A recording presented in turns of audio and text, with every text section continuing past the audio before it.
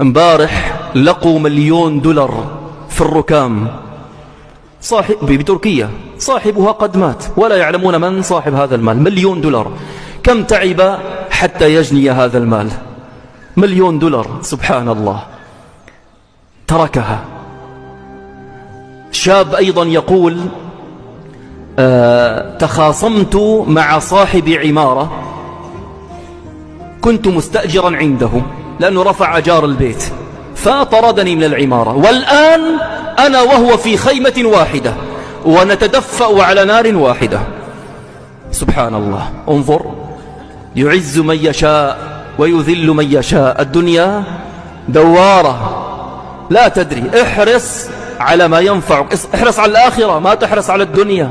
هذا المال عم تجنيه والأراضي والأملاك وكذا، ومن يبخل فإنما يبخل عن نفسه. اللي انت عم